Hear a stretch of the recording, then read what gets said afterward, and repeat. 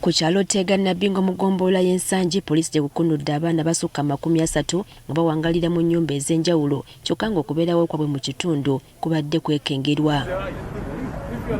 Abaana bano bali wakati w'emyaka 16 ne 19 babadde bawangalira mu mizigo egy'enjawulo wabula ng'ekikwasa ennaku emizigo gino babadde bagigabana bawala n'abalenzi.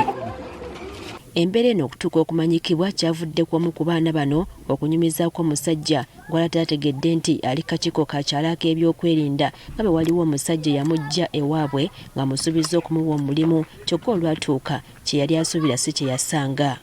Ne mugamba ekizibu kinangamba basajja bandeeta ne bangamba bagenda kunfunira emirimu era ne bangamba nkubire n'emikwano gyange bajje naye okuva lena jakati ziri ennaku nnya siraba kigenda mu maaso ate gye tusulayo abantu bangi mu ruumu emu. Ono kye yakola kwali kolagana n'ababyakwerinda okukola ekikwekweto ku baana bano. Nkubira DPC nenkubira ne chairman waffe Jaka Kawuwo nangamba kolagana neki ne tiimu gye bakuwadde ya poliisi mugende nga mulondoola ebifo ebyo. Abaana bwe twogeddeko nabo tuzudde nga bava mu bitundu by'eggwanga eby'enjawulo ng'okutuuka wano bali basuubiziddwa emirimu egy'enjawulo. Wavaawo ngozekolaki we tutuukiddewo nga bangi bakamalawo ennaku wakati w'ennya n'asatu ng'egimu ku mirimu egy'abasuubizibwa mulimu okukola mu beekeri z'emigaati, okukola mu maduuka, okupanga eddagala nga n'abamu basuubizibwa gya woofiisi. Yampitira kampani nga mawole kampani ekola emigaati nagyangukola eki yankukola record keeping nentuukira Tega naye nga sinatandika kukola. Kyokka okusinziira ku Geoffrey Balama eyazudde ensonga eno abaana babadde baleetebwa kukola bufere. Ate bakozesa abo abaana abawala babaagala nnyo basinga okukozesa kubanga bakimanyi nti omuwala bw'akubira omusajja ayanguwa.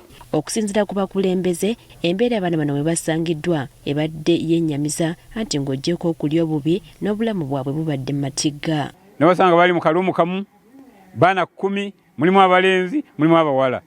Tetumanya abantu baabwe gye bava. Ssentebe w'ekyalo Tega Jaka Kawuwo Kigozi Vincent ategeezezza nga bwe yali ategeezedda poliisi ku baana abatayayiza mu kitundu kye nga tabamanyi wabula kimuwadde essanyu okubanga ku mulundi guno poliisi esitukiddemu. Ekintu kino kirudde nno era nze ekyankwatako nnyo nentegeezako ne poliisi nagendako ne wa DPC n'agamba agenda kwongera okukinoonyerezaako. Abaana bannanga abazadde mwenna mufeeyo okulabika nti mulabirira abaana bammwe. Abamu ku batuuze be twogeddeko nabo bategeezezza nga babadde balaba abaana bano wabula obuzibu ne babuusa ku bazadde obutafaayo eri abaana baabwe. Abaana tubadde tubalaba naye nga tetumanyi kiki kye bakola naye nga nkubiriza omuzadde totamwana kuva awaka nga totegedde we gy'alaga. Amyuka omwogezi wa poliisi mu Kampala n'Emirirwano Luke Owesigire ategeezezza nga abaana bano bwe babadde bakozesebwa okujja ssente ku bantu nga babalimba emirimu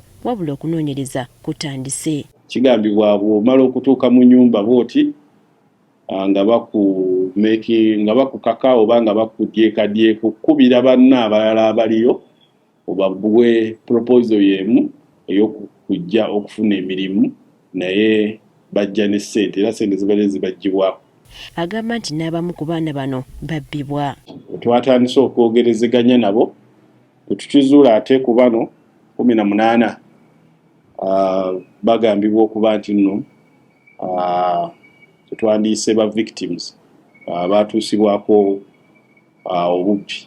Akaseera kano abaana bakomebwa ku poliisi ensanje ng'okunoonyereza ku Yasini Onyema agambibwa okuba emabega w'okusuubiza abaana bano emirimu n'okubajja mu byalo bwe kugenda mu maaso.